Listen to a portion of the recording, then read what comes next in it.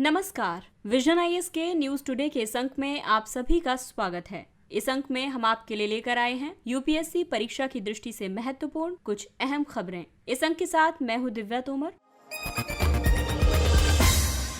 आइए सबसे पहले बात करते हैं इस अंक की हेडलाइंस के बारे में। प्रधानमंत्री ने बायोटेक स्टार्टअप एक्सपो 2022 का उद्घाटन किया। 2D ग्राफीन में क्वांटम परिघटना की ट्रैकिंग की गई। यूएस ट्रेड रिप्रेजेंटेटिव के अनुसार पेटेंट संरक्षण के मामले में भारत सबसे चुनौतीपूर्ण अर्थव्यवस्थाओं में शामिल है। श्रम और रोजगार मंत्री ने जिनेवा में आईएलओ के अंतर्राष्ट्रीय श्रम सम्मेलन के पूर्ण अधिवेशन को संबोधित किया। महाराष्ट्र मैंग्रोव सेल ने प्रवालों को पूर्व अवस्था में लाने के लिए स्थलों की पहचान के लिए वैज्ञानिक तथा औद्योगिक अनुसंधान परिषद राष्ट्रीय समुद्र विज्ञान संस्थान को अधिकृत किया है। और कैंसर के उपचार के पीछे का विज्ञान और भारत में इसके उपचार का भविष्य क्या होगा, इस बात पर भी इस अंक में चर्चा करेंगे। और आइए अब खबरों के बारे में विस्तार से जानते हैं।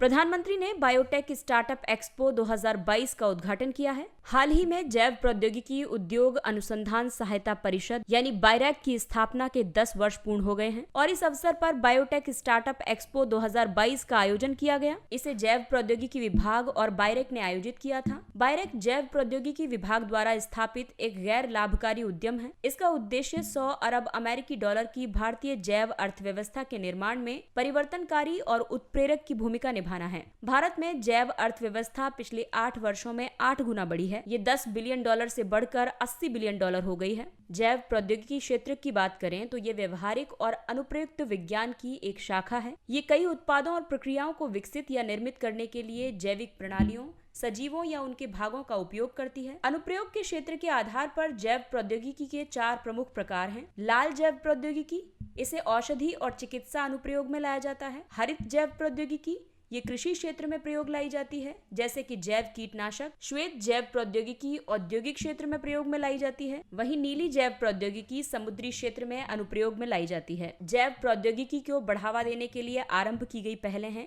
ग्रीनफील्ड औषधि और चिकित्सा उपकरणों के निर्माण के लिए स्वचालित मार्ग के तहत 100% प्रत्यक्ष विदेशी निवेश की अनुमति दी गई है। इसके अलावा जैव प्रौद्योगिकी विभाग ने अटल जय अनुसंधान बायोटेक मिशन की शुरुआत की है। आवश्यक अवसंरचना सहायता के लिए जैव प्रौद्योगिकी विभाग की सहायता से 9 बायोटेक पार्कों की स्थापना की गई है। भारत में अगर जैव प्रौद्योगिकी विकास के लिए उत्तरदायी कारकों की बात करें तो इसमें भारत के जैव प्रौद्योगिकी क्षेत्र के प्रदर्शन का सफल ट्रैक रिकॉर्ड है। इसके अलावा जैव उत्पादों की मांग में निरंतर हो रही वृद्धि की वजह से भारत में जैव प्रौद्योगिकी काफी अच्छे स्तर पर विकसित हो रही है। साथ ही भारत में व्यवसाय सुगमता के लिए सरकारी प्रयास भी किए जा रहे हैं। इसके अलावा भारत की विविध जनसंख्या और विविध जलवायु क्षेत्र इसके लिए जिम्मेदार हैं। साथ ही प्रतिभाशाली मानव पूंजी की बहुलता भारत में जैव प्रौद्योगिकी के विकास के लिए उत्तरदायी है।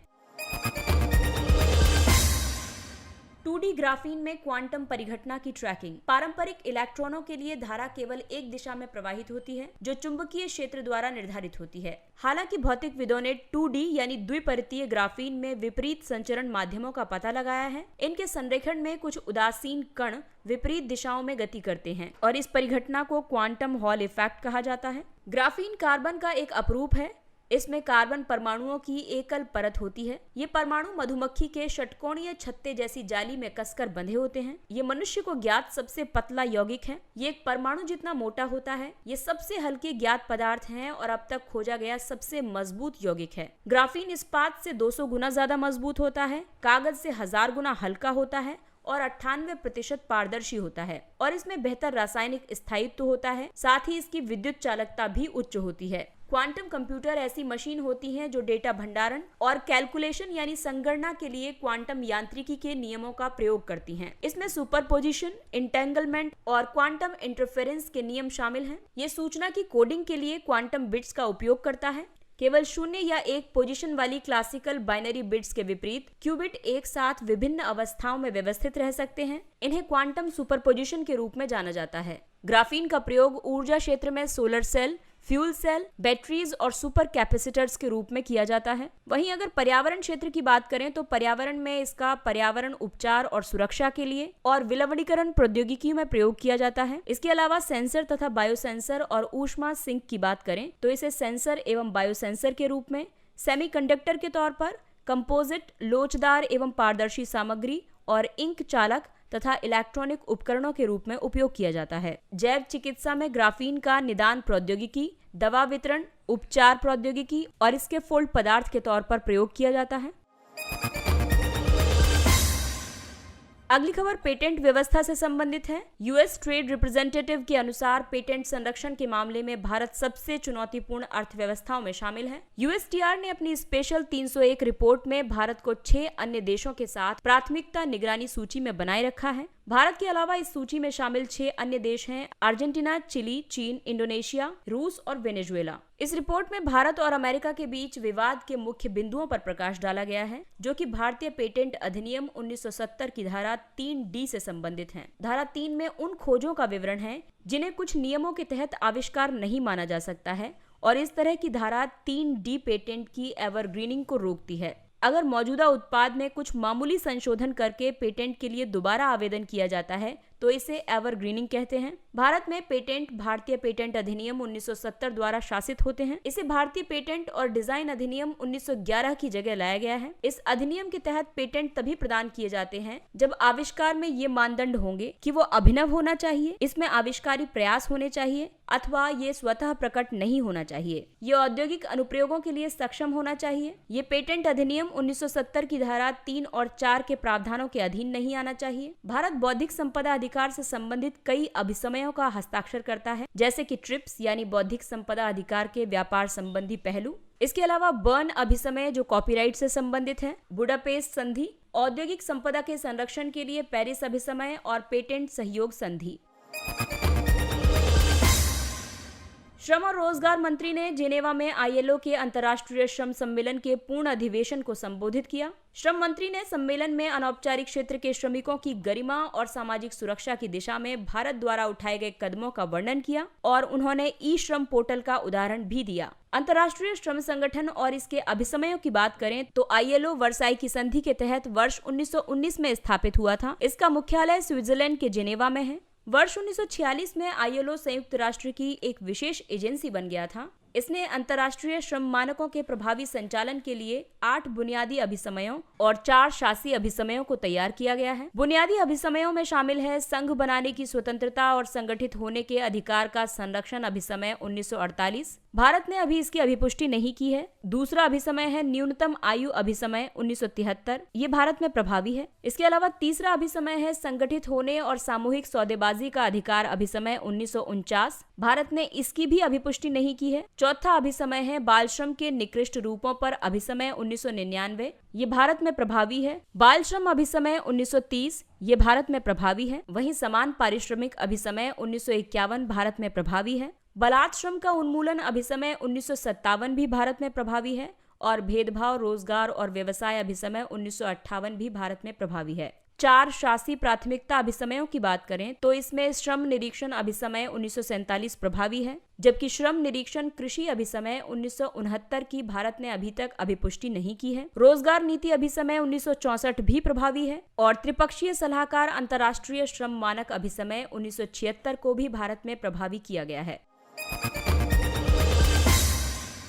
अगली खबर जैव विविधता से संबंधित है। महाराष्ट्र मैंग्रोव सेल ने प्रवालों की पूर्वावस्था के लिए स्थलों की पहचान के लिए वैज्ञानिक तथा औद्योगिक अनुसंधान परिषद, राष्ट्रीय समुद्र विज्ञान संस्थान को अधिकृत किया है। CSIR NIO को भारत के तटीय समुदायों की जलवायु लचीलापन क्षमता वृद्धि परियोजना के तहत अधिकृत किया गया है। ये भारत संयुक्त राष्ट्र विकास कार्यक्रम और हरित जलवायु कोष की परियोजना है। ये पहल महाराष्ट्र की तटरेखा से लगने वाले दबावग्रस्त प्रवाल क्षेत्रों को दर्ज और चिन्हित करेगी, साथ ही ये दबाव के कारणों का भी पता लगाएगी। प्रवाल निडारिया कुल से संबंधित अकशेरुकी प्राणी है। इनका जूजेंथले शैवाल के साथ सहजीवी संबंध होता है। जूजेंथले प्रवाल पॉलिप को कई रंग और भोजन प्रदान करते हैं और बदले में प्रवालों को एक संरक्षित वातावरण और प्रकाश संश्लेषण के लिए आवश्यक पोषक तत्व प्राप्त होते हैं। भारत में प्रवाल भित्तियों के प्रमुख क्षेत्र हैं मन्नार की खाड़ी, पाक की खाड़ी, कच्छ की खाड़ी, अंडमान और निकोबार द्वीप समूह और लक्षद्वीप। संयुक्त राष्ट्र पर्यावरण कार्यक्रमों के मुताबिक प्रवाल विश्व के कम से कम आधा बिलियन लोगों को खाद्य सुरक्षा और आजीविका प्रदान करते हैं।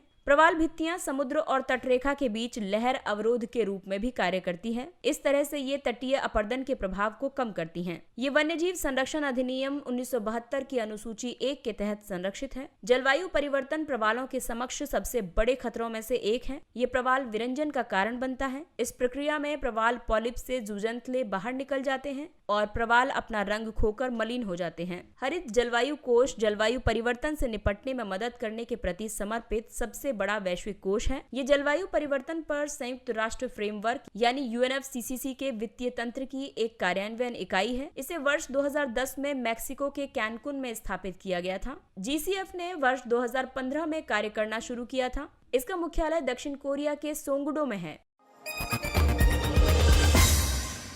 और आइए अब जानते हैं कैंसर के उपचार के पीछे का विज्ञान और भारत में इसके उपचार का भविष्य। संयुक्त राज्य अमेरिका में 12 मरीज एक विशेष प्रकार के मलाशय के कैंसर से पूरी तरह से ठीक हो गए हैं। इसे मिसमैच रिपेयर डेफिसिट कैंसर भी कहा जाता है। ये कैंसर कोलोरेक्टल, जठरांत्रीय और अंतर्गर्भाशय कला कैंसर में सबसे सामान्य है। कैंसर से पीड़ित मरीजों के DNA में त्रुटियों को ठीक करने वाले जीन की कमी होती है। जब ये कोशिकाएं प्रतियां बनाती हैं, तब ये त्रुटियां प्राकृतिक रूप से होती हैं। परीक्षण के दौरान दूसरे या तीसरे चरण के मलाशय के कैंसर के उपचार के लिए एक मोनोक्लोनल एंटीबॉडी का उपयोग किया गया। इसे डोस्टारलिमेब कहा जाता है। ये उपचार प्रतिरक्षी उपचार PD-1 ब्लॉकेड्स नामक श्रेणी से संबंधित है। PD-1 एक तरह का प्रोटीन है। ये T कोशिकाओं की गतिविधियों को बाधित करता है, साथ ही प्रतिरक्षा प्रणाली के कार्यों को नियंत्रित भी करता है। T कोशिकाएं प्रतिरक्षा प्रणाली का हिस्सा हैं। ये शरीर को संक्रमण और कैंसर से बचाने में मदद करती है।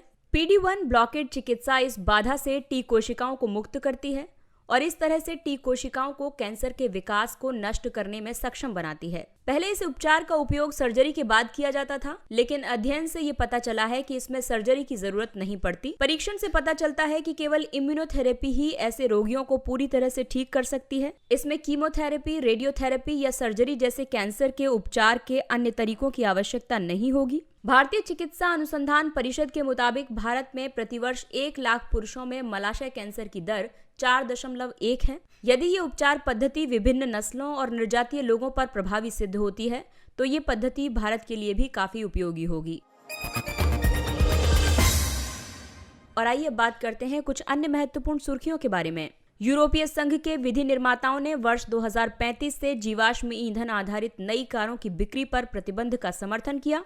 यूरोपीय संघ की संसद के सदस्यों ने वर्ष 2035 के बाद पेट्रोल और डीजल की नई कारों की बिक्री पर प्रतिबंध के पक्ष में मतदान किया है। इस कदम का उद्देश्य इलेक्ट्रिक वाहनों के तीव्र विकास के माध्यम से जलवायु परिवर्तन के विरुद्ध संघर्ष को गति प्रदान करना है। ये मतदान यूरोपीय संघ की योजनाओं के एक प्रमुख घटक को दर्शाता है। इस घटक का उद्देश्य वर्ष 1990 के स्तर से वर्ष 2030 तक शुद्ध ग्रीन हाउस गैस उत्सर्जन में 55% तक की कटौती करना है। हालांकि ये प्रस्ताव अभी अंतिम रूप से पारित नहीं हुआ है, लेकिन ये मतदान अंतिम प्रस्ताव पर यूरोपीय संघ के देशों के साथ अपनी आगामी वार्ता के लिए संसद की स्थिति की पुष्टि करता है।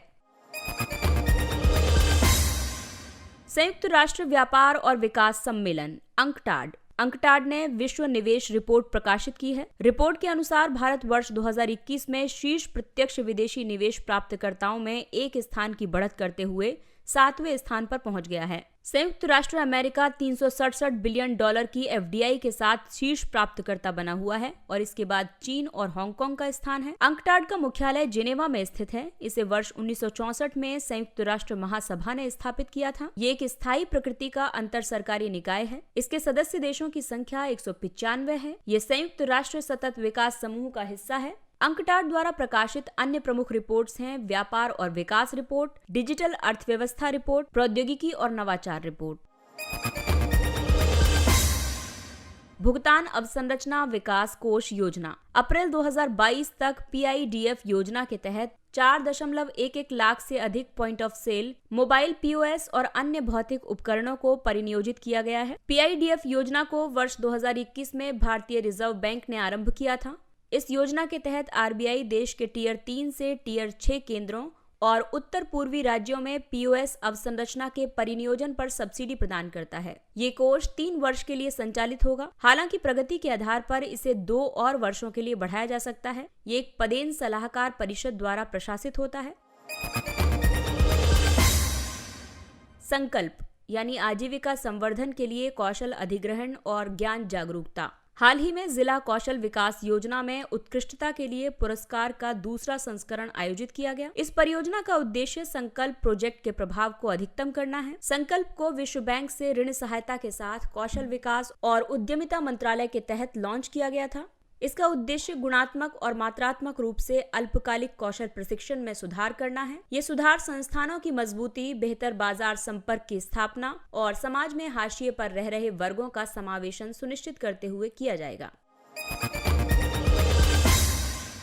National open access registry. हाल ही में नेशनल ओपन एक्सेस रजिस्ट्री को लाइव किया गया। NOAR एक केंद्रीकृत ऑनलाइन मंच है। ये भारत में अंतर्राज्यीय पारेषण प्रणाली के लिए अल्पकालिक खुली पहुंच की व्यवस्था को बनाए रखता है।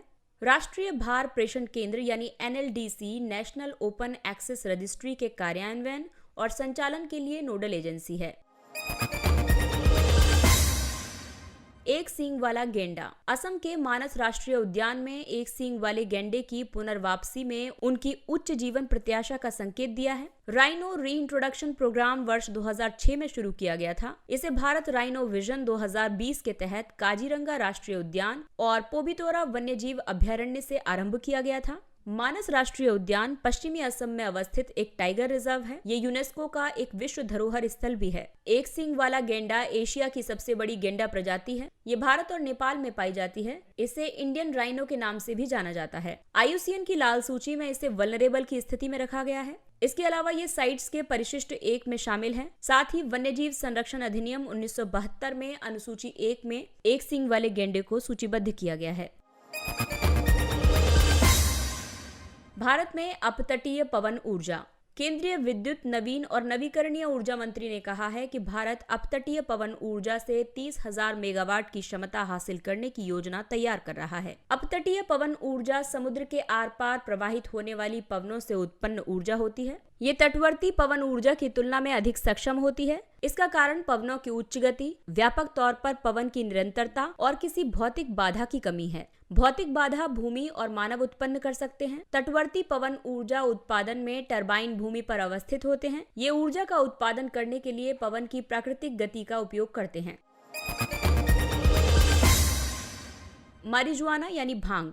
थाईलैंड मारिजुआना को वैध बनाने वाला प्रथम एशियाई देश बन गया है। कैनबिस एक ऐसा पौधा है जिसका उपयोग मनोविनोद और रोगनाशक औषधि के रूप में किया जाता है। इसमें कम से कम 120 सक्रिय तत्व या कैनाबिनोइड्स होते हैं। सबसे प्रचुर मात्रा में कैनेबिडायोल और डेल्टा 9 टेट्राहाइड्रो कैनाबिनोल पाया जाता है। कुछ कैनाबिनोइड्स में उल्लासमय या मनः सक्रिय प्रभाव हो सकते हैं। आपको बता दें कि टेट्राहाइड्रो कैनाबिनोल दोनों प्रभाव उत्पन्न कर सकता है। भारत में कैनबिस से प्राप्त होने वाली औषधियां अनुपलब्ध तथा अवैध हैं और साथ ही चिकित्सक इनका सुझाव नहीं दे सकते हैं।